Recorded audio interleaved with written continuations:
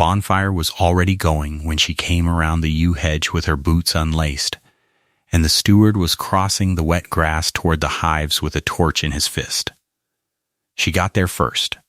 She put herself between the man and the row of straw domes, and she heard her own voice come out louder than she had ever used in that house. He would have to put her on the fire as well then, she said, and he would have to explain that to the magistrate before dinner.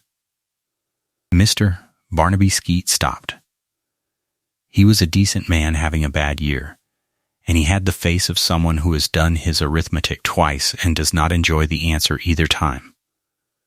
21 hives, he said, and 16 of them dead since the summer before last. Distemper, or damp, or the plain opinion of Providence on this estate. Whatever it was, it lived in the straw, and straw burns.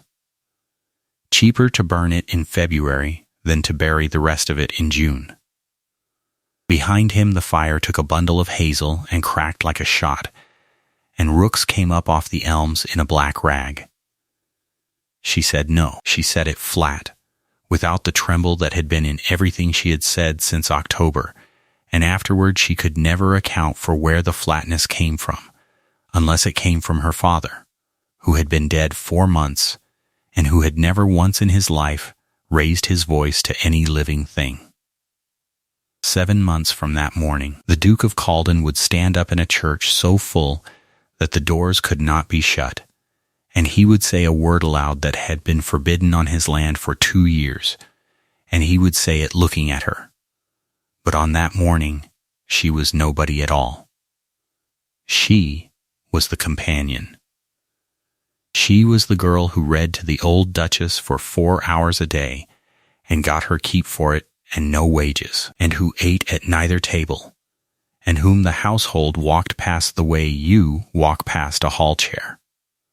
Her name was Tamsin Loveday, and she was 23 years old, and until October she had been the daughter of a curate in the next county who kept bees in a walled garden and wrote about them in a little marbled book, in a hand so small you needed the window to read it. He died in the 3rd week of October, sitting up in the middle of a sentence about the temper of a queen in her 2nd season.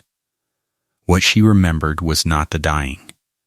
What she remembered was the 14th of November, when 2 men from the sale room came and put chalk numbers on everything her father had ever touched. They chalked the press and the clock and the bedstead and the 4 chairs. They carried the chairs out through the kitchen door, one under each arm, and the legs knocked the door frame going through and left a white scar in the paint, and she stood in the middle of the emptied room and thought that the scar would be there for 50 years, and nobody would know what it was. The debts came to £240.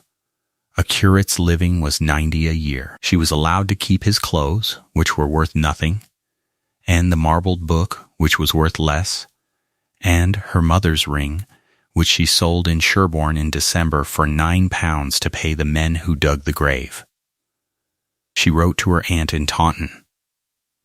Her aunt wrote back 3 kind pages about how sorry she was, and how full the house was, and how her own girls were at a delicate age. And by the end of the 3rd page, Tamsin understood that she had been answered no by a woman who would tell everyone for the rest of her life that she had done what she could. It was the rector, a mild, anxious man named Havard, who found her the place. There was an old lady in the county over, he said, mother of a duke, going blind, wanting somebody to read to her who did not gabble. The pay was her keep. He said the words her keep and then looked at the floor, because he knew what he was handing her. She said she would take it. She had at that point 7 shillings, a dead man's coat, and a book about bees. She went on the 22nd of January on the carrier's cart in rain that came sideways off the hills and got in under the tarpaulin no matter how she sat. The carrier was a talker. He told her the whole county for 9 miles. He told her about the Duke of Calden, who was 31 and unmarried and had been a pleasant enough young man once before the accident, and who now went about his own house like a man walking through a room where a child is sleeping. He told her the Duke had a brother. He got that far, and then he stopped and clicked at the horse and looked at the hedge, and she learned the first rule of that estate before she ever reached it, from a man who did not even work there. Nobody said what had happened. They said the accident. They said before, and they said since, and they arranged their whole lives around a hole in the middle of a sentence and stepped over it so neatly that after a while they stopped noticing they were stepping. The gates were open when they came to them, and the drive went up under lime trees for half a mile, and then the house. She had expected to be frightened of it. She was not. It was enormous and gray and beautifully proportioned, and every window on the south front was blank, and it looked to her, at that first sight, in the rain, like a very fine face on a man who is not listening to you. There were 41 windows on that front. She counted them out of nerves and never forgot the number. The cart put her down at the side, by the offices, and drove away, and she stood in the wet with her box at her feet for 19 minutes before anybody came. She counted that too. When a woman finally came out, it was the housekeeper. Mrs. Pell and Mrs. Pell looked at her and looked at the box and said, "Well, you are small," in a tone that settled the whole question of her forever. The box went up 3 flights to a room over the north end where the water in the ewer had a skin of ice on it in the mornings. Mrs. Pell went through her situation on the stairs as a woman goes through a list. Breakfast in the still room at 7, the Duchess at 9. She would not go into the west corridor. She would not go into the library between 11 and 1. She would not speak to His Grace unless His Grace spoke to her first, and His Grace would not. She would not, on any account, discuss the family with the servants, or the servants with the family, or the estate with anybody at all. And then Mrs. Pell stopped on the half-landing, with her hand on the rail, and said the last one differently. She said it the way you say a thing that has been said to you. In this house, she said, "Lord Henry is away." Tamsin waited for the rest of it. There was no rest of it. Mrs. Pell went on up the stairs.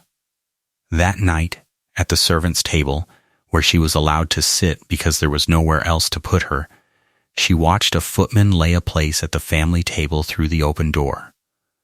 A plate, a glass, a knife, a fork, everything square at a chair nobody came to. He did it without hurrying. He did it the way you do a thing you have done 600 times.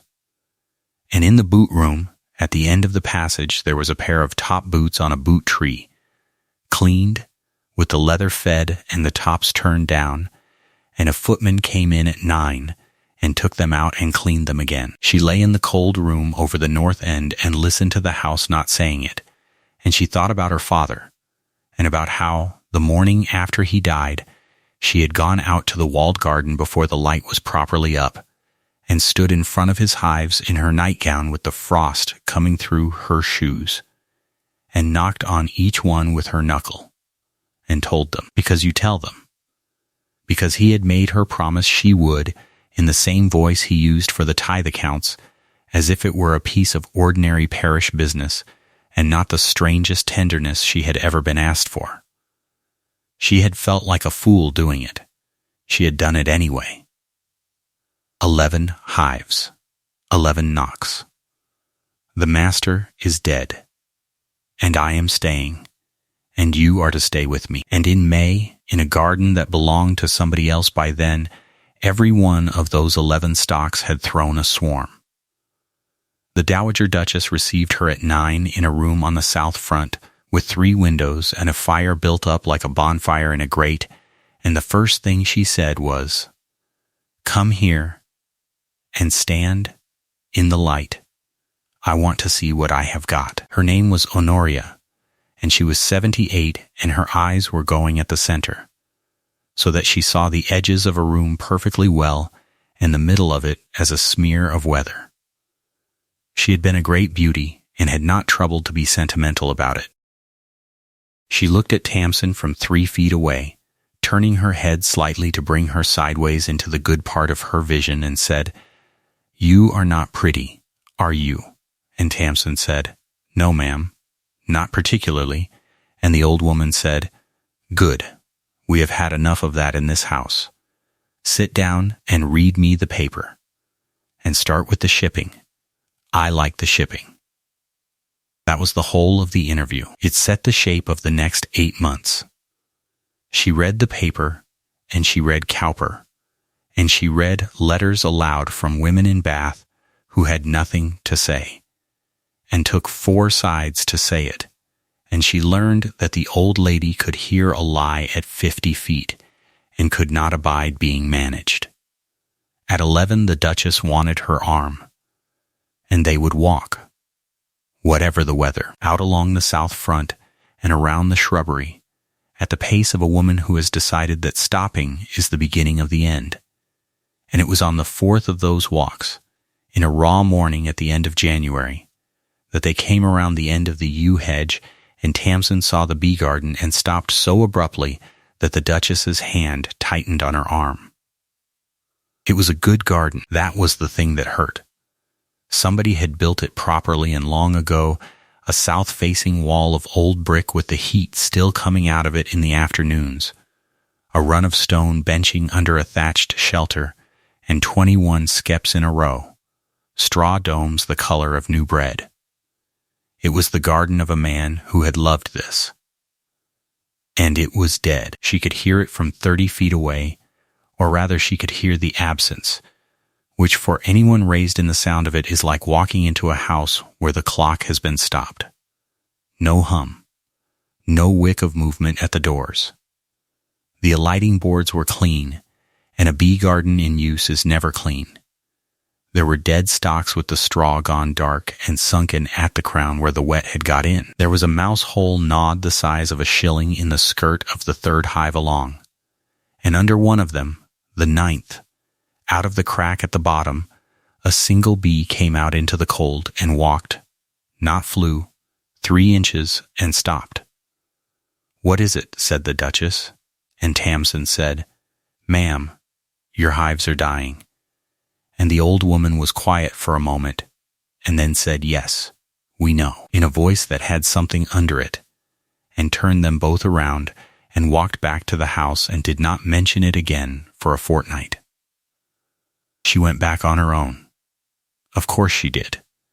She went every day at the hour when nobody wanted her, between 2 and 4, and she stood at the wall with her hands in her sleeves and read that garden as her father had taught her to read one, which is to say she stood still and did nothing for a long time. 16 stalks dead. 5 alive, and of those 5, 3 were so light that when she tipped one gently on its stone she could feel that there was nothing in it, no weight of stores at all, just a fistful of bees hanging in a straw ceiling in February with an empty larder, which is the exact condition in which bees die quietly on a warm afternoon in March, and everybody says the weather did it. 2 were worth saving.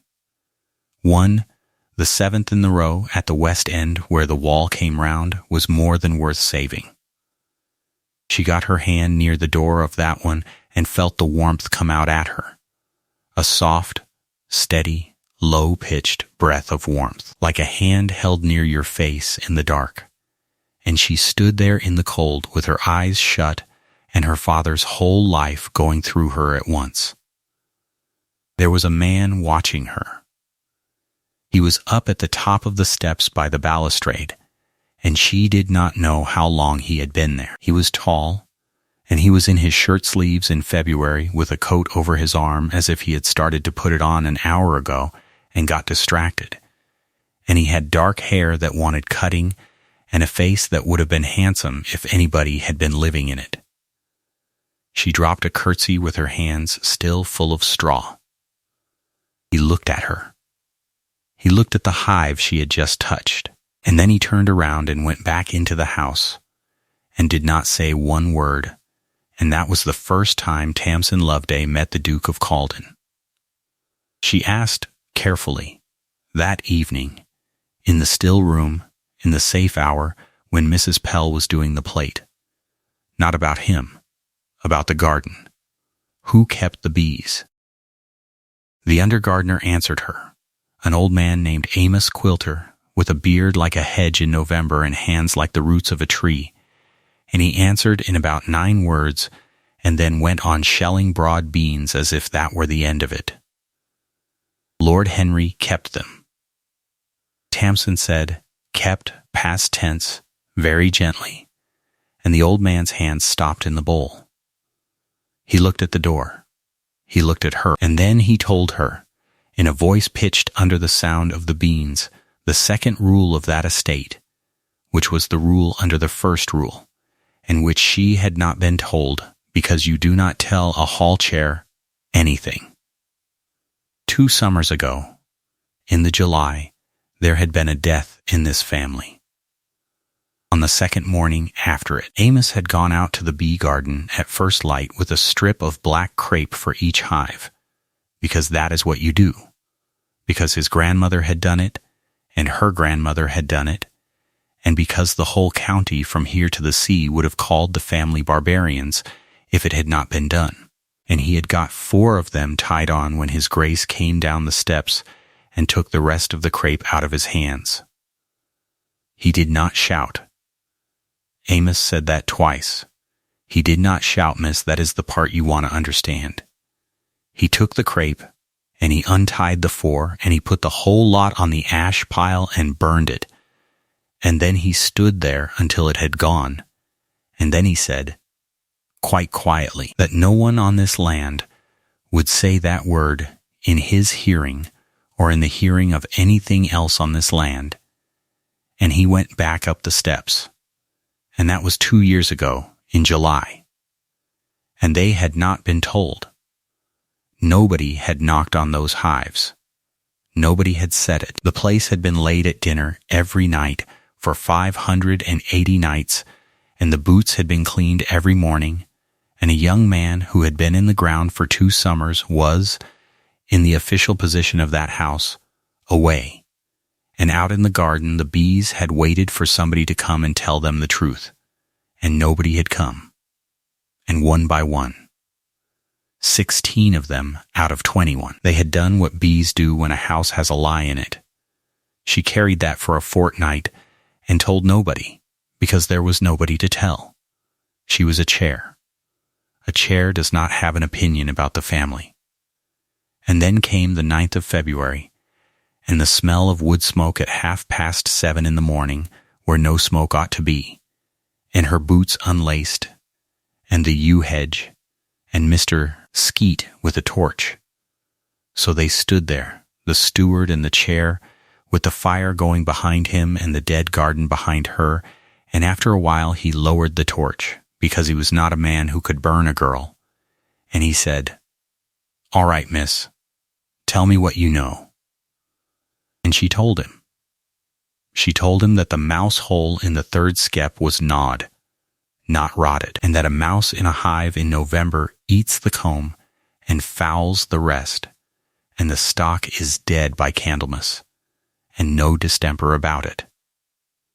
She told him that the whole row stood in a hollow, where the cold air came down off the park at night and sat, and that his hives had been in a puddle of cold since the day they were put there, and that the man who built the garden had built the wall right and the benching right, and had then put the skeps in the one wrong place in it, probably because that was where the sun looked best at 4 in the afternoon in July, which is when men decide these things.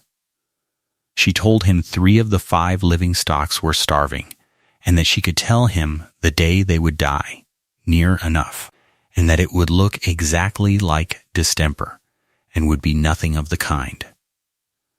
She told him that if he burned 21 skeps, he would be burning the 2 best stocks in the county, along with the 16, and that in 3 years he would be paying a man from Devon 4 guineas to bring him back what he had put on that fire this morning.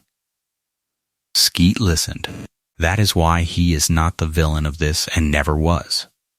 He listened, with his jaw set and the torch dripping tar on the grass, and at the end of it he said the honest thing, which was, I do not know if a word of that is true, and you are 23, and you read to her grace. She said, my father kept 11 hives for 19 years and never lost one in winter, and I am the only person on this estate who has ever done it. He said, and where are your father's hives now, miss? And she said, in another man's garden, thriving. And he is in the churchyard at Lyddon, and you may drive over and ask anyone in that parish whether the curate knew bees, and they will keep you there an hour telling you about it. He put the torch in the wet grass and stood on it. The bargain was made standing up in the cold, and afterward she wondered whether he had ever in his life made an arrangement he had not first written down. She would have the garden. She would have Amos 2 hours a week and whatever was in the old bee house, and not a farthing besides. She would have until Michaelmas.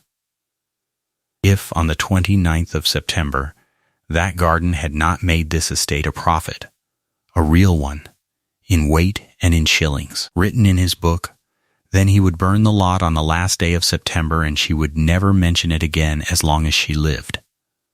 She said, and if it has.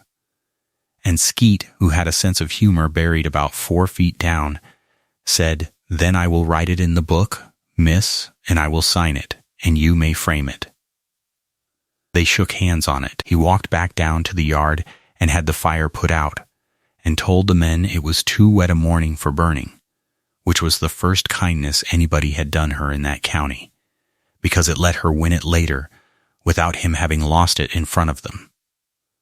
She had 7 weeks to save 3 starving stocks, and it was February, which is the cruelest month to be given for that work, and she did it with sugar she paid for herself out of the 7 shillings, and with a receipt out of her father's book, in his tiny hand, for the syrup you feed a hive that has come to the end of its stores.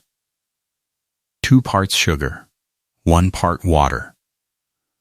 Boiled and skimmed, and given warm at dusk in a shallow dish, with a raft of straw on it, so they do not drown. She fed them at dusk because you do not feed in daylight in February unless you want a robbing war in a starving garden.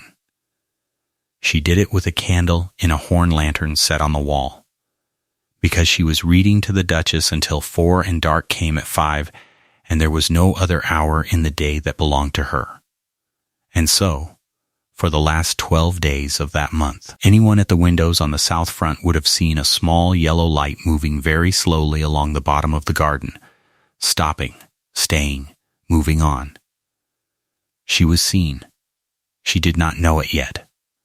She met him properly on the 2nd of March, at dusk at the 7th hive. She had her hands in a skep and her sleeves rolled and a smear of syrup on her chin, and she was talking, which is a thing beekeepers do and cannot explain to anybody who is not one. And she looked up, and the Duke of Calden was standing on the other side of the bench with the lantern light on the underside of his face. She should have curtsied and gone. That is what a chair does. Instead, she was tired and cold and 12 days into a piece of work that was going to kill her or not. And she heard herself say, "You are standing in their line, sir." He did not move.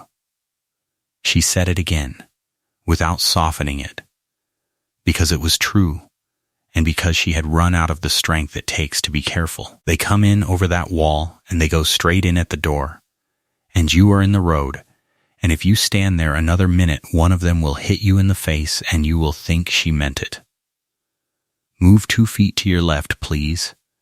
And the Duke of Calden, who had not been told what to do by anybody since he was 19 years old, who was addressed by his own household in the passive voice, who had been handled for 2 years by everyone in his life like a cracked glass being carried across a room, moved 2 feet to his left. Then he stood there, A long time. She went back to her hands. She let him stand. That, though she did not plan it and could not have planned it, was the whole thing. Everybody in his life had been waiting to be spoken to, and every silence in that house had somebody's held breath in it. And hers did not. Hers was just a woman working. After perhaps 10 minutes, he said, in a low voice with rust all over it, "Is that one going to live?" She said, "This one is going to bury us all." And she heard, in the dark, on the other side of the bench, a small sound that she did not identify for several days, and then woke at 2 in the morning knowing exactly what it had been. He had laughed. Lady Delphine Carew came down from London on the 15th of March with a maid, a manservant, 22 boxes, and a way of coming into a room that made the room hold still for her. She was 26, and she was, without any argument to be had about it, beautiful, black hair, a white throat, gray eyes, and that particular carriage that cannot be taught after the age of 12. She was also, Tamsin learned within a day, not a stranger, and not a guest, and not a visitor. She had her own rooms. She had had them for years. Because Lady Delphine Carew had been going to be married, in the September of 1814, in the chapel at the bottom of the park, to Lord Henry Marchant, who was away. Nobody said that either, of course. It sat in the house with everything else that was not said. The bride who had never been a widow, walking the corridors of the family she had almost married into, wearing colors because she had no right to black, and dining every night 4 feet from a laid place at an empty chair. Tamsin watched her the first evening and felt something she had not expected, which was pity, and it was real pity. And it is important to say that now, before the rest of it, because the woman was not a monster, and it would be a lie to make her one. Lady Delphine had been 24 and engaged and adored, and then there had been a morning on the water, and now she was 26 and in the house of the brother, and everybody in 3 counties had already worked out the arithmetic and was waiting politely for it to be done. The estate wanted an heir. The settlement had been drawn. The title needed a duchess, and here, conveniently in the West Wing, was a beautiful woman with the paperwork already half signed. It was to be at Christmas. Nobody had said that either, and everybody knew it, and it was as fixed as the tides. He had not asked her. He had not refused to ask her. He had simply not spoken, which had become his whole method of being alive, and let the thing stand there in the room and wait for him. Delphine was kind to Tamsin. That must be said too. She was kind as a woman is kind who has never once had to wonder whether she is, which costs nothing and is real all the same. She learned her name in a day, which was more than Mrs. Pell had managed in 2 months. She gave her a shawl in April, a good one, dove gray, because she saw her shivering in the shrubbery, and Tamsin wore it for 2 years and could never afterward decide what to do with the memory of it. The old Duchess had her own view, and had a view of everything, and dispensed them like drops. One morning in the middle of the reading she put up a hand and stopped her, and said, out of nowhere, "They tell me you have gone into the bee garden." Tamsin said she had. And the Duchess turned her head to bring her into the good edge of her eye and said, "My son Henry was in that garden every day of his life from the age of 9, and my son Ivo has not walked past the end of that hedge in 2 years, and I am told he stood at the bottom of it in the dark last week for half an hour. What did you say to him?" And Tamsin, who had been in that house 7 weeks and had learned exactly one rule, which was that you did not tell the family anything, told her the truth. Which was, "I told him to move 2 feet to his left, ma'am." And he did. There was a silence, and then the old woman began to laugh, and it went on for a while and turned into a cough. And when it was over, she wiped her eyes and said, "Dear God," and then read me the shipping. Ivo. That was the first time Tamsin heard the Duke's name spoken by anybody, and she put it away somewhere and did not take it out for months. The work went on. In March, she got Amos and 2 boys and a hand cart, and at 10 o'clock at night, by lantern. Because you move bees at night, when they are all at home and the ground is cold, she moved the whole surviving row 40 yards up the slope to the top corner, where the wall came round and made an elbow of brick that held the afternoon sun until 8 in the evening. Amos told her it could not be done. Then he did it. A boy named Pim, who was 13 and made of elbows, carried straw for 6 hours without being asked twice. And by 2 in the morning, the 5 hives stood in a warm corner, out of the cold pool and out of the wind, facing the low southern sun. And Tamsin sat down on the wall with her hands shaking and could not stand up again for 10 minutes. In April, she united the 2 weakest stocks, which is a delicate and slightly brutal business. You take the failing colony, you find and remove the failing queen, and you put the queenless bees over the strong ones with a sheet of paper between, so that they chew their way in slowly and are one family by the time they meet. She did it with the smoker going and no veil, because her father had never worn one and neither did she. And when Amos asked whether she was not afraid of them, she said the thing he repeated afterward all over that estate: "They are not angry. They are busy. And if you are not in their road, they have better things to do than you." By the 1st of May, where in February there had been 5 dying stocks, there were 4, and every one of them was heavy. And the 7th hive at the end of the row, the one she had felt breathe in the cold, threw a swarm on the 9th of May, at noon, in a rolling column of 20,000 bees that hung in the air over the wall like smoke that had decided to be alive, and settled on a low branch of the pear, and she took them on a sheet in front of Amos and Pim and Mr. Skeet and a scullery maid who had run out to watch, and put them into a new skep, and stood back, and had for the first time since October absolutely nothing in her chest but joy. 5 hives. Skeet wrote it in the book, and the village heard about it, because everything in a village is heard about, and the general view at the Cross Keys in the last week of May was that the old lady's reader had got the bees going again up at the house. And this was received as agreeable news by everybody except a baronet 9 miles off named Sir Denzil Frayne, who had lost 4 stocks of his own that spring and did not enjoy being told, in his own dining room by his own wife, about a girl.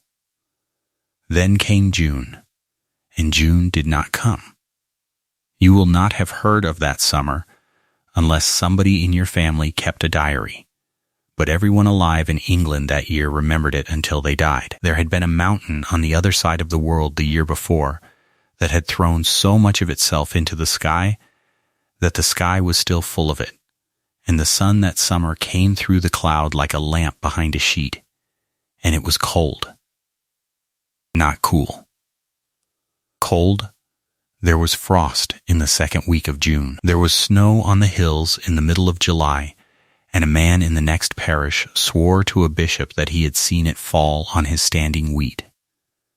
It rained 140 2 days out of that summer, and the rain came down small and gray and endless, day on day on day, and the hay went black in the fields, and the wheat stood up green and would not turn, and stood up green and would not turn, and by the end of August it was lying down flat and sprouting in the ear, and the whole county was looking at 4,000 acres of bread that had gone to grass.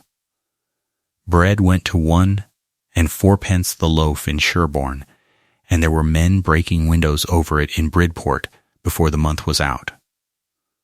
On this estate there were 63 tenancies, and by the middle of August Mr. Skeet had a book with 38 of them in arrears in it, and he brought that book up to the house twice a week and sat in the library with the door shut and came out gray. The Duke signed what was put in front of him. That was what he did now. He rode out at 7 and came back at 2 and signed, and the estate ran itself on the momentum of a dead man's father's competence and the loyalty of an old steward, and everyone said his grace is much occupied and nobody said the true thing, which was that there had been nobody home behind those windows for 2 years. Tamsin saw all of it from underneath, which is where the furniture sees everything from. She saw Amos's daughter come to the kitchen door in July with 2 children and no shoes on either of them. She saw the still-room maid put a crust in her apron and go white when she was caught. And she saw Mrs. Pell, who had never in 7 months said Tamsin's name, look at that crust for a long 3 seconds and then turn around and look out of the window until the girl had got out of the room. That is the whole of Mrs. Pell in one picture, and you should hold on to it, because you will need it later. And in the bee garden, in the coldest, wettest, blackest summer in the memory of anybody then breathing, Tamsin Loveday was losing her bet. She had 9 hives by then. The 4 stocks that had come through the winter had every one of them swarmed by the middle of June, and she had taken every swarm on a sheet in the rain. And 5 straw domes had become 9, and in any other year that garden would have been the making of her. You cannot make honey out of rain. Bees do not fly in it. They sit at home and eat what they have got. And what they had got was February syrup that she had bought with 7 shillings. And by the 11th of July, her 4 best stocks were lighter than they had been on the day they swarmed. And she stood in that garden in the drizzle at 4 in the afternoon and understood that on the 29th of September Mr. Barnaby Skeet was going to be a fair and sorry man about it and light the fire. If you want to know how she got out of that, and how a man who had not said one true thing out loud in 2 years came to stand up in a church and say the worst one, stay with me. And if this house has already got hold of you, put your name on the channel, because I am not finished with these people.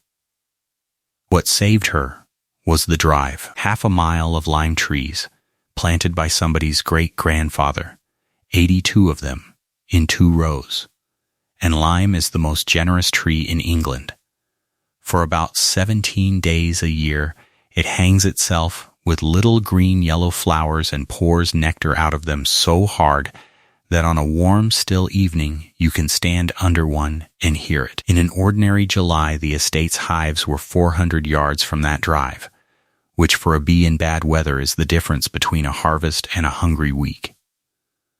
Tamsin walked it and looked up and did her father's arithmetic in the rain, and on the night of the 14th of July she and Amos and the boy Pim moved 9 hives 1/2 mile, at midnight, on a handcart, in the dark, and set them in the grass under the limes with their doors facing out. And then it rained for 4 more days, and she did not sleep.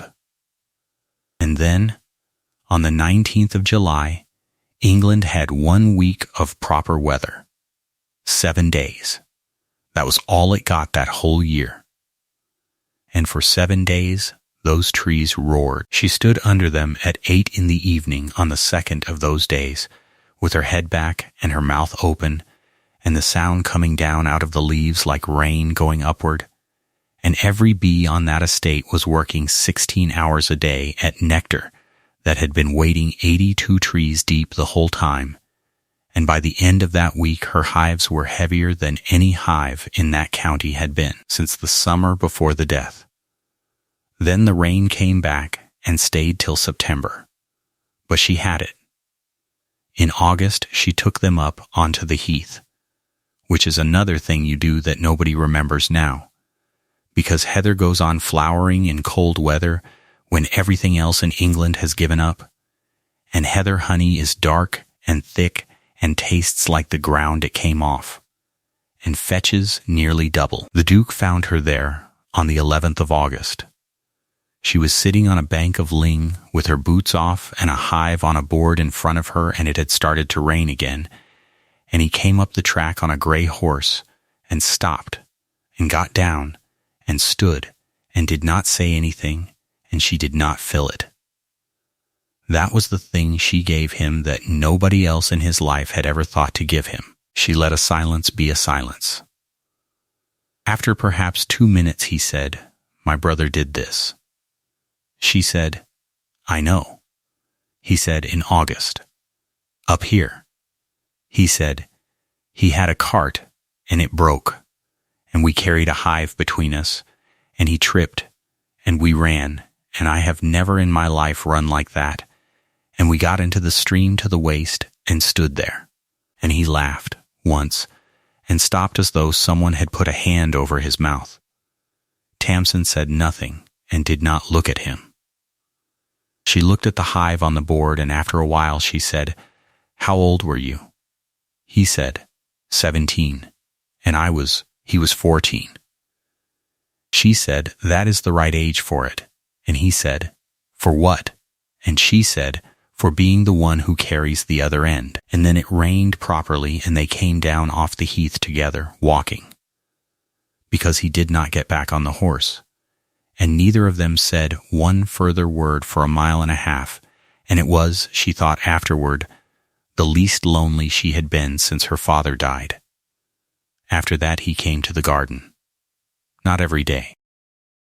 He would appear at dusk, when she had the lantern out, and stand on the other side of the bench with his hands behind him, and watch her hands, and sometimes he said nothing at all for an hour, and then went in.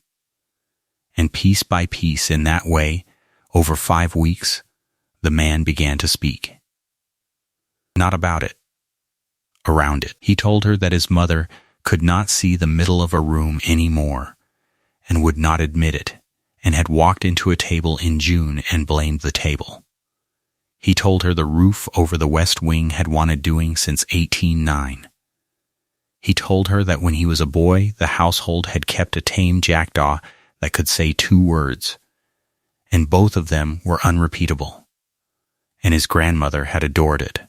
He told her, one evening at the end of August, that he had not slept a whole night since he was 29, and then looked as if he wished he could take it back, and she said, "My father used to say, a man who cannot sleep is only somebody standing at a door waiting to be let in." And the Duke said, "That is not a very comfortable thought." And she said, "No, but it is a door, sir. Doors open." And he was quiet for a long time, and then he said, "I do not know how to say it." That was the closest he had come. Say what she could have said. She did not. She was not going to open his mouth for him with a lever. Lady Delphine watched all of it from a window on the south front. She was not spying. She did not have to. There were 41 windows on that front, and the bee garden was at the bottom of the slope, and every evening for 5 weeks there had been a small yellow light down there, and a tall shape standing beside it, not going in. She had spent 2 years in that house, being gentle with a man made of glass.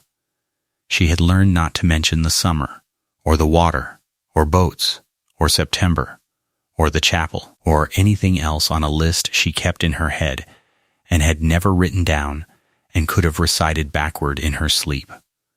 She had been, by her own honest accounting, very good to him. And now a girl who had come out of a carrier's cart in January with a box was standing at the bottom of the garden, telling him to move 2 feet to his left. And he was moving, and he was laughing, and it had taken her 6 weeks.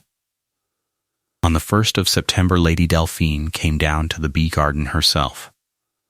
She came in the afternoon, in good shoes, over wet grass, which for a woman like her is an act of will. And she stood on the path at a careful distance, and said Tamsin's name, and then said the thing she had come to say. and she said it well, because she was not stupid and she was not cruel yet. She said, "There is a family in Bath.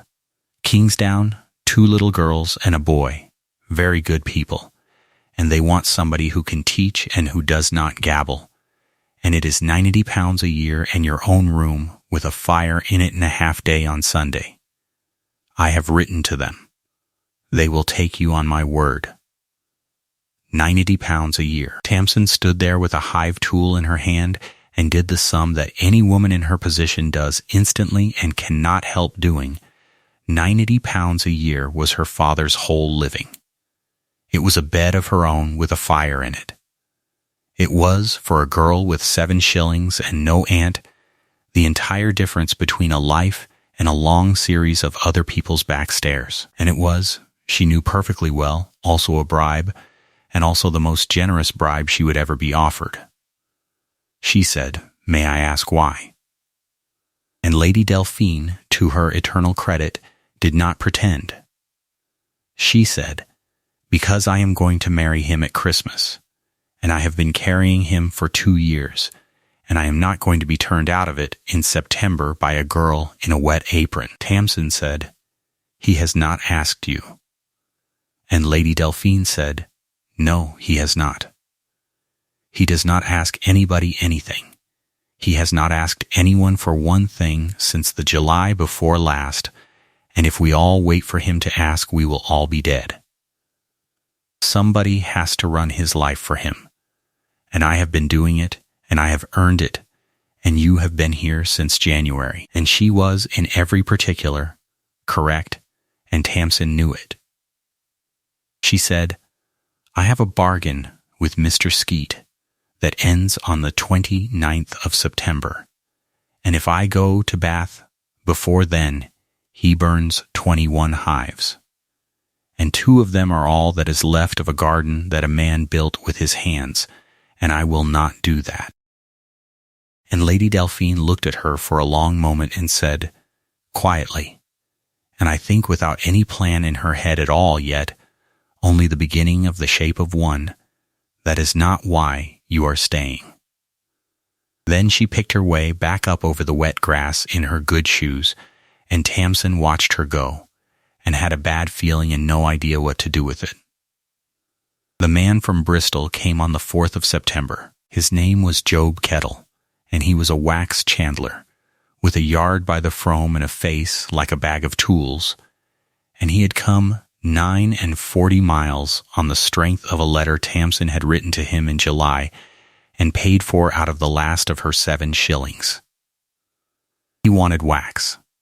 He wanted, in a year when every tallow chandler in the West was fighting over the fat of animals nobody could afford to keep, all the clean beeswax in the county, and he was offering 3 shillings and 9 pence the pound, which was nearly double, and a standing contract for 3 years. And he put £5 in earnest money on the wall of the bee garden in a canvas bag and said, in the accent of that city, that he would take every ounce she could render, and he would take her stock's increase in the spring as well, and pay carriage. Tamsin did not tell anybody. That is the whole hinge of this, and it was not deceit. It was a girl of 23 who had 1 card and wanted to lay it down at the right hour. She had a bargain with a steward that was to be settled on the 29th of September in front of a book, and she wanted to walk into that room with the honey weighed and the wax rendered, and a Bristol contract on the table and set the whole of it down at once. She wanted, for 1 hour of her life, to be looked at. So she put the £5 in the bottom of her box under her father's coat, and she walked Mr. Kettle back down the drive under the limes, and they shook hands at the gate. And Sir Denzil Frayn's carriage went past them on the road at exactly that moment, and Sir Denzil, who had lost 4 stocks in the spring, and had a wife who kept mentioning it, looked out of the window and saw the Duchess's little reader shaking hands with a tradesman at the gates of Calden, and thought nothing whatever of it, and told his wife that evening, because he told his wife everything. And his wife told Lady Delphine on the 6th of September over tea in the small drawing room as a piece of nothing. It took Lady Delphine about 4 seconds. Nobody in this story ever decided to do a terrible thing. That is not how it happens. What happens is that a clever, frightened woman sits in a chair with a cup in her hand and sees, all at once, a way out. And the way out is made of true pieces, and she does not have to invent one thing, she only has to hold them up in a certain order. A man from Bristol, money changing hands at the gate. A penniless girl who had been in the house since January, and a story worth money in London. Because there was one. There was always one. The county had chewed it for 2 years. That on the 4th of July, 1814, the 2 Marchant brothers had gone out on the lake below the chapel and only one of them had come back. And that they had been heard quarreling on the water, and that nobody living had ever heard the Duke say a single syllable about it since. There were men in London who would pay 50 guineas for a paragraph like that, and everybody knew it. And Lady Delphine Carew, who knew what the quarrel on that water had been about, because it had been about her, put her cup down.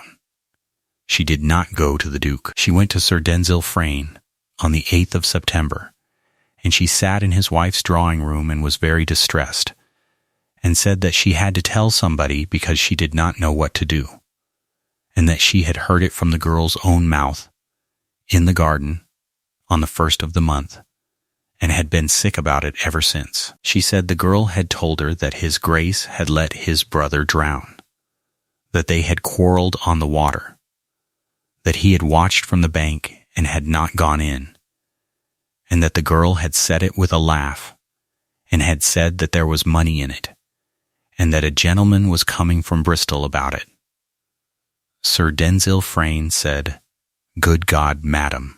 And then he did the arithmetic he had been handed, and it came out perfectly, because every piece of it was true, except the one that was not. A man had come from Bristol. He had seen him himself at the gates on the 4th, with his own eyes, shaking her hand. There it was. It was in the Cross Keys by Tuesday, and in the market at Sherborne by Thursday, and it went through that county in 9 days like fire through a hayrick. And it grew as it went, and by the 3rd week of September there was a version in which she had been paid 40 guineas, and a version in which she had been in the boat, and the thing Tamsin did not understand until much later, lying awake in a different county, is that they wanted it, not because they were wicked, because for 2 years the whole county had been standing around a hole in the middle of a sentence, being tactful, and here at last was somebody it was permissible to be angry at. The village turned on the 15th. A boy threw a stone through the bee-house window. Somebody kicked the hive at the end of the row off its stand, and it went over, and the stock died in a night. On the 17th she walked into the market at Sherborne for a bag of rendering muslin, and a woman she had never spoken to in her life stepped in front of her and said, "You should be ashamed," and spat on the ground next to her shoe, and a dozen people watched. She went home and did not tell anyone. She was called up on the 19th of September. It was the small drawing room, and Mrs. Pell was there, and Mr. Skeet was there with his hat in his hands and his eyes on the carpet, and Lady Delphine was in the chair by the fire, and the Duke stood at the window with his back to the room. Nobody sat her down. Lady Delphine said it beautifully. She was gentle about it, and she was sorry, and she said so very sorry, and she repeated what she had heard in the garden on the 1st of the month in a voice with tears in it, and she was believable, because she believed the shape of it, which is how the best lies are told. And then she said, "And the man from Bristol," and everybody in that room turned and looked at Tamsin Loveday. Tamsin said, "His name is Job Kettle, and he is a wax chandler, and he came about wax." Mrs. Pell said. And the money. Because Mrs. Pell had turned out her box that morning under orders and had found £5 in a canvas bag under a dead man's coat, and £5 in the box of a girl who had come into that house with 7 shillings, is a thing there is no innocent explanation of, unless you happen to have the whole of it, and the whole of it was earnest money on a wax contract that was not to be mentioned until the 29th. She said that. She said the whole of it, plainly, without one word of decoration, and she watched it land in that room and be too complicated. That is what she learned in the small drawing room. The truth is slow and it has parts. A lie is one piece, and it goes in like a nail. She said, "Sir, I have never in my life said one word about your brother to any living soul, and I never will, and you know it." And she said it to his back. And the Duke of Calden, who had been listening to every syllable, who knew, in the place where a man keeps the things he is certain of, that this girl had never sold him and never would, who had exactly one thing to do in the whole of that afternoon, which was to turn around and open his mouth, did not turn around, because to defend her, he would have to say what he had not said. He would have to stand in that room and put words in a certain order about the 4th of July, and the moment he said any of it out loud, even the innocent half of it, the county would have its confirmation. If he spoke, he proved the slander. If he stayed as he was, he lost her. And a man who has been silent for 2 years does not, at the crucial moment, suddenly become a man who is not. He stood at that window with his hands behind his back and the light on the glass, and he said nothing at all, and Mrs. Pell told her she had until the morning. She was down in the bee garden at 5:30, in the dark, because there was one more feed to give, and she was not going to leave 8 stocks to starve because of what people said about her. Amos found her there at 6 and did not speak either, and the two of them worked side by side in the wet until it got light. And when it was done, the old man said the only thing he ever said to her about any of it. He said, "I should have told them myself, miss, 2 years ago. I should have gone down there in the night and knocked on every one of them and said it, and taken what came." She said, "It was not yours to say." He said, "No, but it wanted saying, and I was frightened of him." And there is no other word for it. She left at 8 in the morning on the 20th of September. Mrs. Pell gave her a shilling, which was not owed, and did not look at her. Her box went down the front steps because there was nobody to carry it round the side, and she stood in the drive with it at her feet, under the lime trees, waiting for the carrier's cart in exactly the same place and in exactly the same weather as she had arrived in 8 months before. And she was 23 years old, and had 7 shillings and a dead man's coat, and a book about bees, and she had, in the plainest possible accounting, gone all the way around the world and got back to where she started. And then the bees came. It began at 4 minutes past 8, and Pim saw it first and shouted, and half the household came out onto the steps, because you do not ignore it when a boy screams like that. The 7th hive threw a swarm. In September.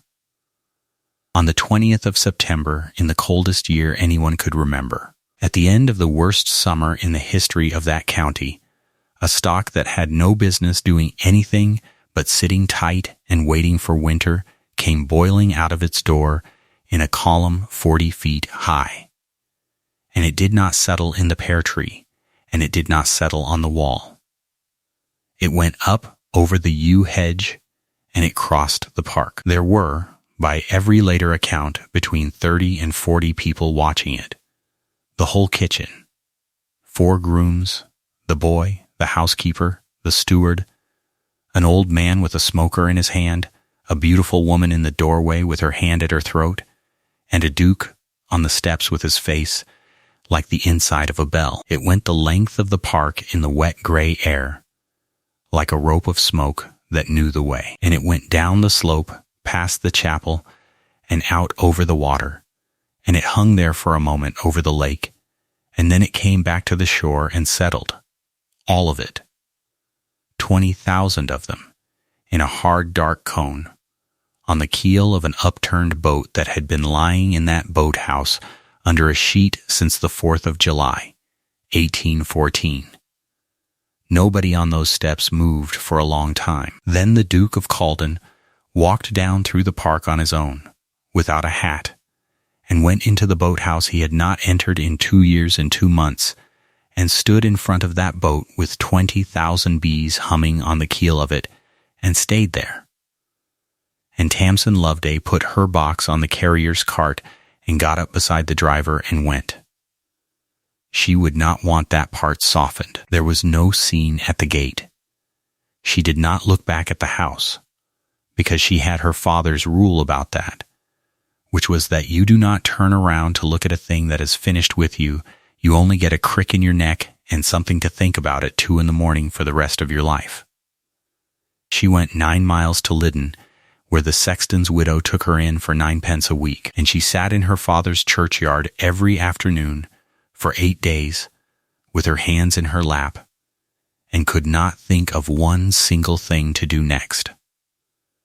She was in the worst position an Englishwoman of that age could be in, and there is no romance about it.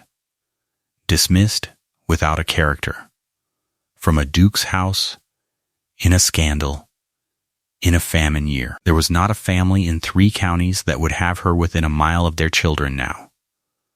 £90 a year offered on the 1st, withdrawn by the 8th, and Tamsin thought about that a good deal in that churchyard and could not even be properly angry about it, because she kept remembering a dove-gray shawl in April.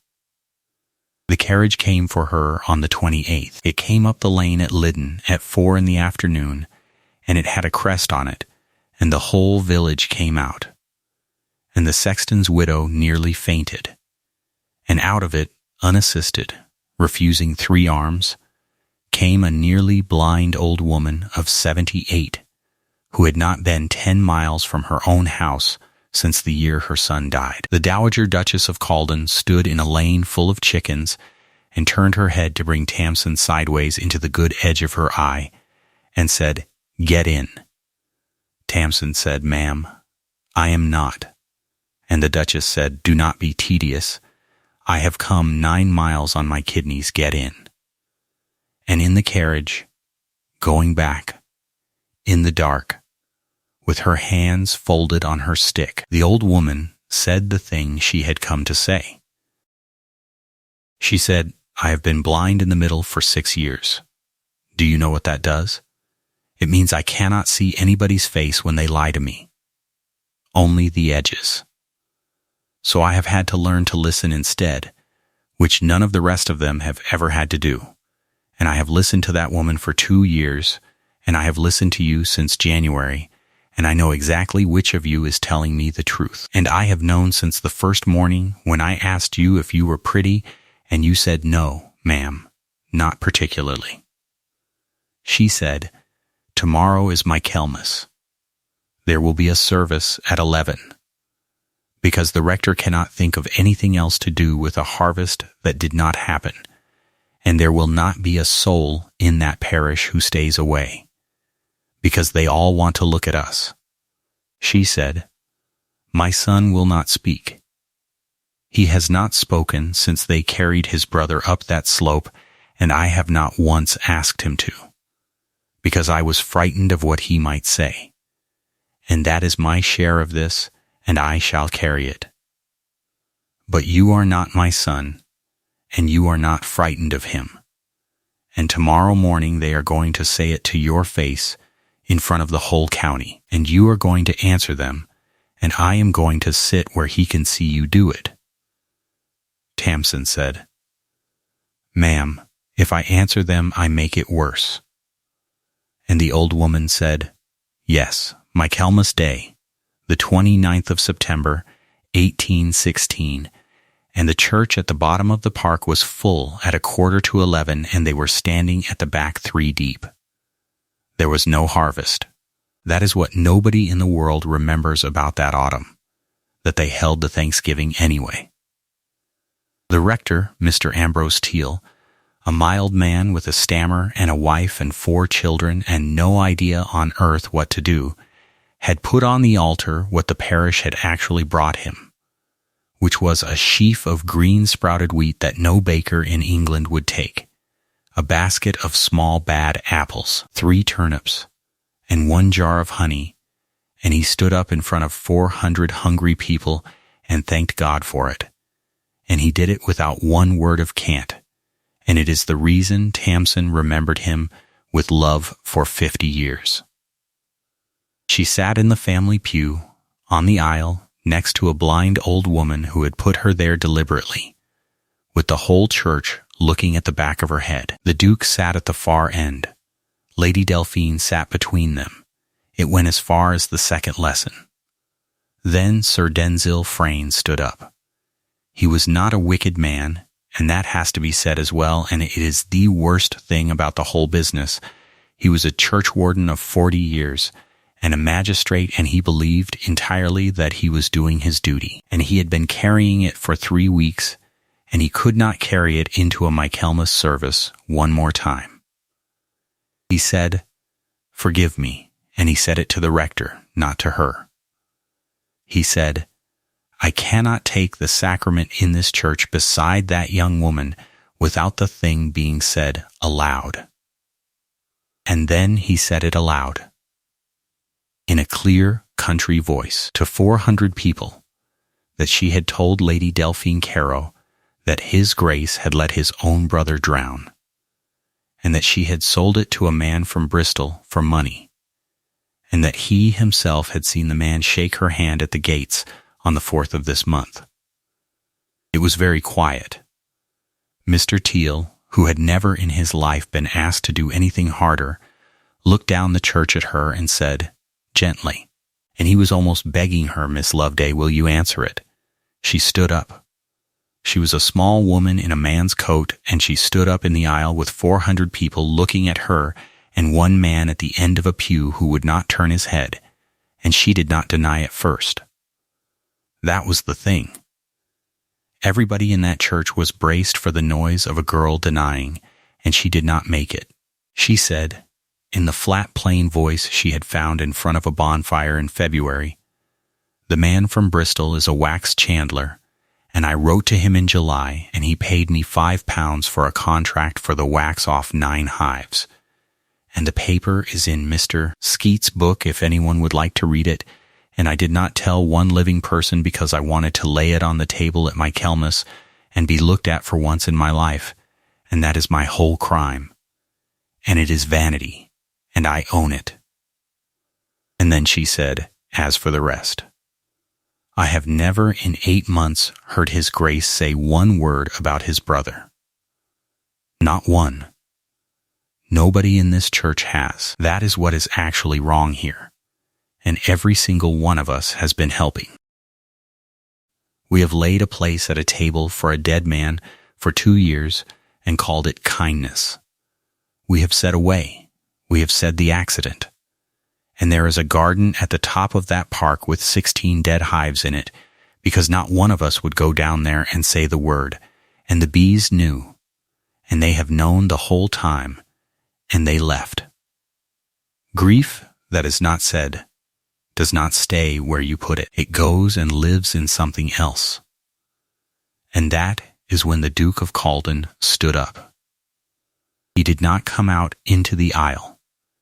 He stood where he was, at the end of the pew, with one hand on the ledge in front of him, and 400 people turned around, and there was a sound in that building like a wave going out. He was 31 years old, and he had not said a sentence of consequence in front of another human being since the summer before last, and his voice, when it came, was so quiet that the men at the back leaned in, and by the 3rd sentence you could have heard a pin drop in the porch.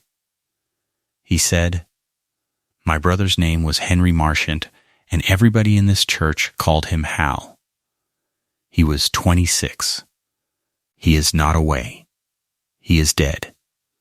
He drowned in that lake on the 4th of July, 1814, and he is buried 40 feet from where you are all sitting. And I have not said that out loud once in 2 years, and I have not let anybody else say it either. And I want to begin by asking the pardon of every servant in my house who has had to lay a place at my table for him every night since, because that was not grief. That was me making all of you carry it. He stopped. Nobody breathed. He said, Sir Denzil asks whether I let my brother drown. I did not. What I did was worse, and I am going to say it now, and then it will be said. He said, we went out on the water that morning because he wanted to ask me something and did not want to be overheard. He asked me a plain question. He asked me whether I had ever been in love with the woman he was going to marry in September. And I had. I had been. Since I was 24, and I had never said one word of it to a living soul, because I do not say things. That is my whole character. That is the entire sum of me. And I looked my brother in the face, and I said no. And he stood up in the boat because he knew me, and he knew it was a lie, and he was going to have it out of me, and he was laughing when he stood up. That is a thing. He was laughing. He had one hand out, and the boat went over. He said we both went in. And he did not come up. And I want you all to understand what I did next. Because it is the thing I have not been able to get out of my mouth for 2 years.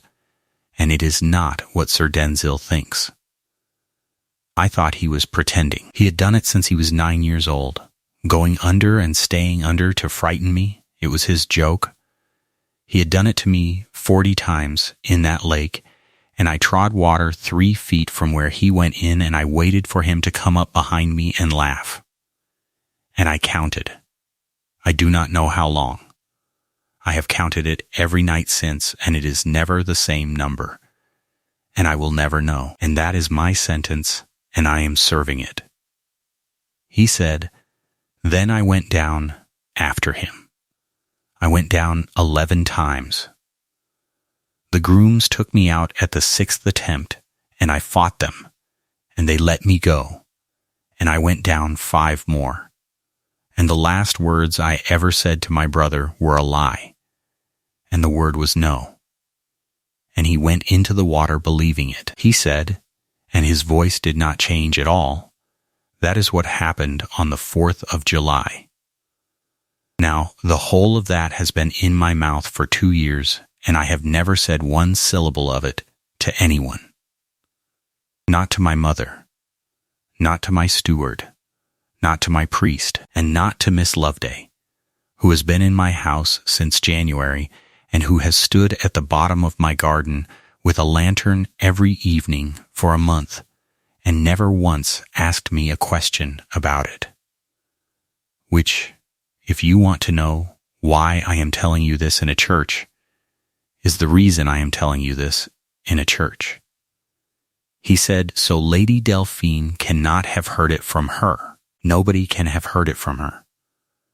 Until 1 minute ago, there was not a living soul on this earth who knew it but me. And there was a silence in that church of a quality that the people who were in it were still describing 30 years later. Then Lady Delphine Caro stood up. She stood up in front of 400 people who had known her since she was a girl. And she was white to the lips, and she said, she never said it. Not one word of it. I heard that she was to be at Bath, and then I heard that she was not, and I sat in a drawing room and I put true things in a wicked order. And I said it to Sir Denzil myself, and it is my doing and no one else's. Then she looked down the pew at the Duke, and she said the thing that made a good many people in that church forgive her eventually, which was, and you never said no to me either, Ivo, in 2 years, not once, and I would have taken a no. I would have taken it in 1814.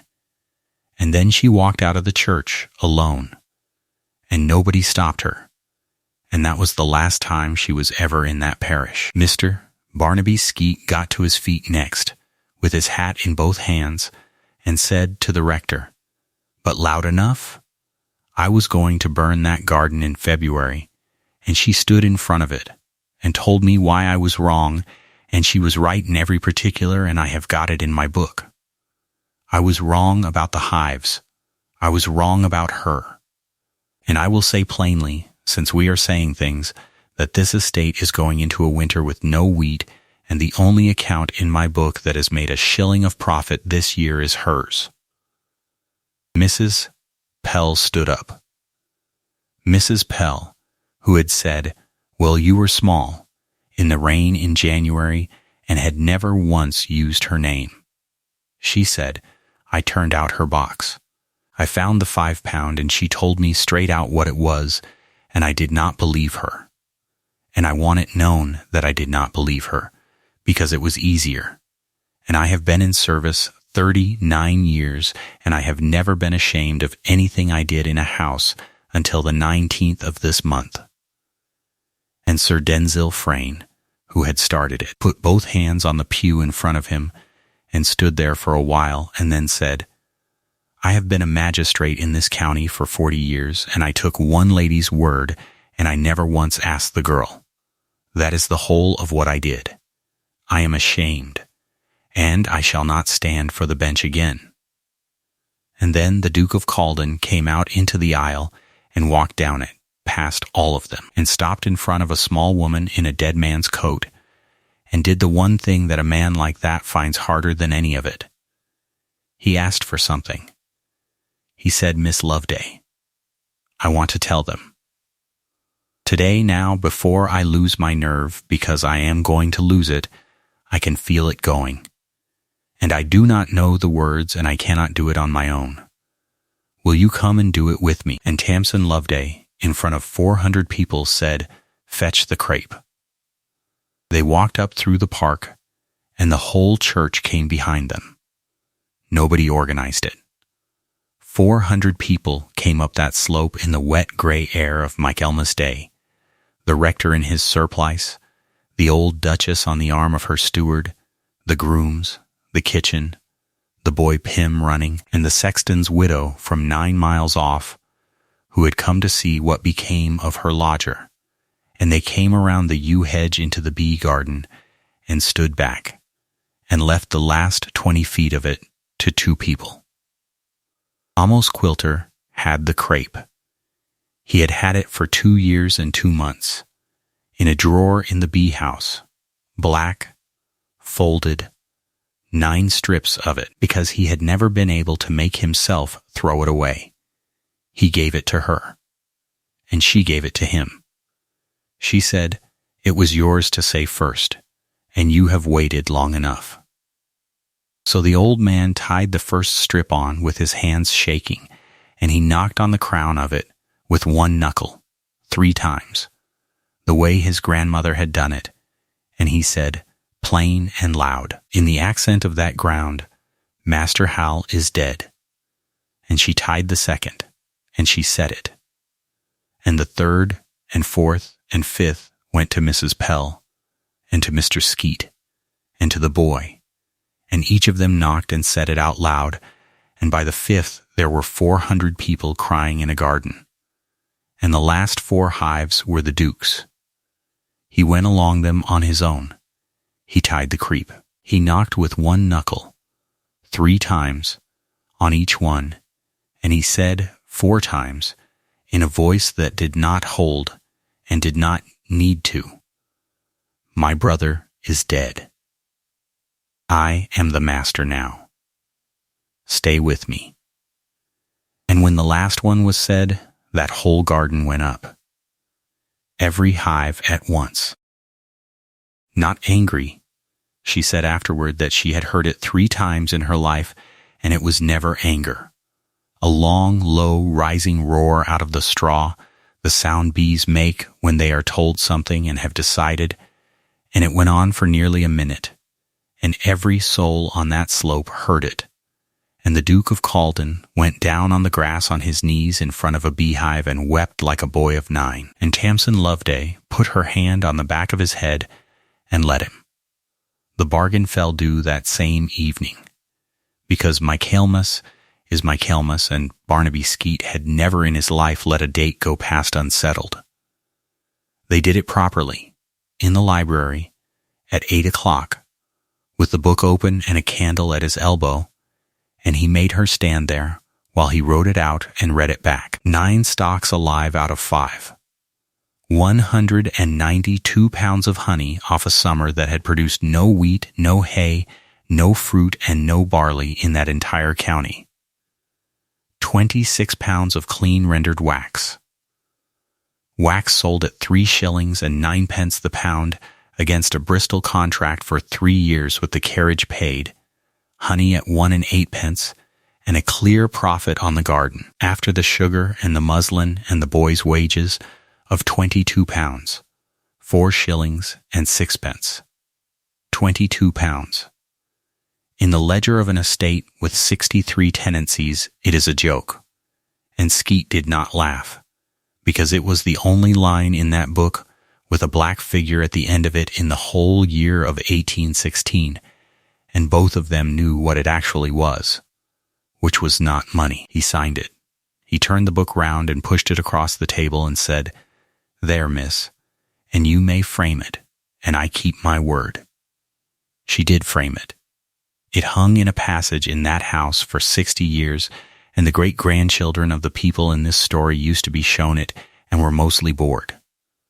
The honey did not go to Bristol. She asked for it, and she asked for it the way she asked for everything, which was plainly and once 38 tenancies in arrears, 192 pounds of honey, a winter coming with no bread in it.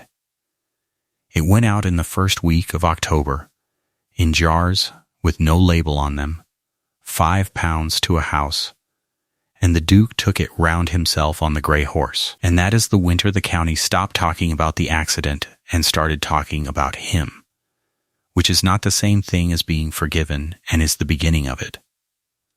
Lady Delphine Carew never came back to that parish. She married a widowed member of Parliament for Taunton in the spring of 1819, and had 3 children, and by all accounts made him a very good wife, and was liked. And she and Tamsin never wrote to one another, and never met again. But in the March of 1820, when the first child was born up at the house, a parcel came from Somerset, with no letter in it at all, and in it was a shawl, dove-gray, good, and Tamsin sat on the edge of the bed with it in her lap for a long while, and then put it on and wore it for 2 years. Sir Denzil Frayne kept his word and never sat on the bench again, and everybody told him he was being ridiculous, and he did it anyway. And in the spring Tamsin drove over herself with 2 stocks on a cart, and set them up in his orchard, and showed him where he had been putting them wrong for 9 years.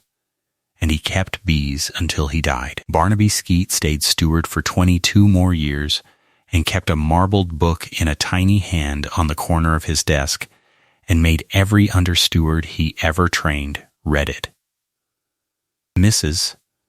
Pell called her Miss Loveday to her face on the 30th of September. And Tamsin, and then something else. In time. Amos Quilter died in the March of 1821 at the age of 74, with his boots on and a smoker in his hand, and they buried him at the bottom of the park. And at first light, on the second morning after it, a Duke and a Duchess of England walked down to the bee garden with 9 strips of black crape and told the bees themselves, and nobody in that house ever thought that peculiar again. They were married in the little church at the bottom of the park on the 24th of May, 1817. There was no settlement worth the name. She brought him 7 shillings, a dead man's coat, a book about bees, and a Bristol wax contract, and the county came anyway, all of it, because the county was not going to miss this, and she would not have London candles. That was the only thing she was particular about in the whole business, and she was so particular about it that they had to send to Mr. Job Kettle in June and have him bring the molds up himself. They burned their own. Every light in that church and every light in that house that night was made out of the wax of 9 hives in a walled garden that a boy called Hal had kept from the age of 9, off the flowers of 82 lime trees on a drive, in the year with no summer. And at the top of that church, in the light of it, a small woman who had once been walked past like a hall chair was given a coronet with 8 strawberry leaves on it, and the whole parish stood up. 4 days before, on the 20th of May, the 7th hive had thrown the first swarm of that spring, and she had gone out and taken it on a sheet in her wedding month with her sleeves rolled, and it had settled, and she used to tell this to her children so often that they groaned when she started, on the branch of the pear.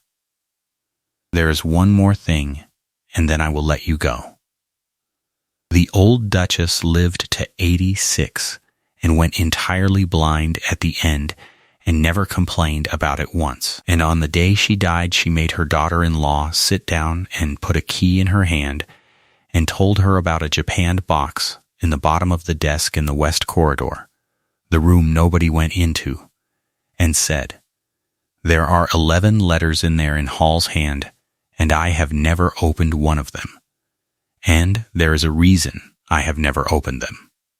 And I am going to tell you what it is, and then you may do as you think best. But that is another evening. So, here is where I leave you, on a slope in the wet grass on Michaelmas Day, with 400 people crying in a garden and a whole row of straw hives roaring at a man on his knees. I have been thinking about that steward all week, the one who was going to burn the lot of it, and stopped, and listened, and put his torch out in the grass. Because there are 2 ways a person carries a thing that is too heavy to say. You can do what the Duke did, and make everybody around you carry it with you, and call it grief. Or you can do what Amos did, and stand at the bottom of the garden with the crepe in your drawer for 2 years because you are frightened of a man who never shouted. I know which one I have been. Tell me which one you have been, and if there is somebody in your life who is still officially away, you might think about that this week. Next time I am opening the japanned box, because I want to know what was in those 11 letters as much as you do. And if you have got this far with us, put in the comments which city you are watching from, because I read every one of them, and it astonishes me where you all are. Now it is a February morning in 1823, and there is frost on the inside of the window in the west corridor. A woman in a dove-gray shawl is sitting on a stone bench in a walled garden at the top of a slope with a small boy on her lap, and his father is standing behind them with his hand on her shoulder, not saying anything, because he does not have to anymore. And in front of the 3 of them, in the thin white sun, 21 straw hives are all making the same low sound at once.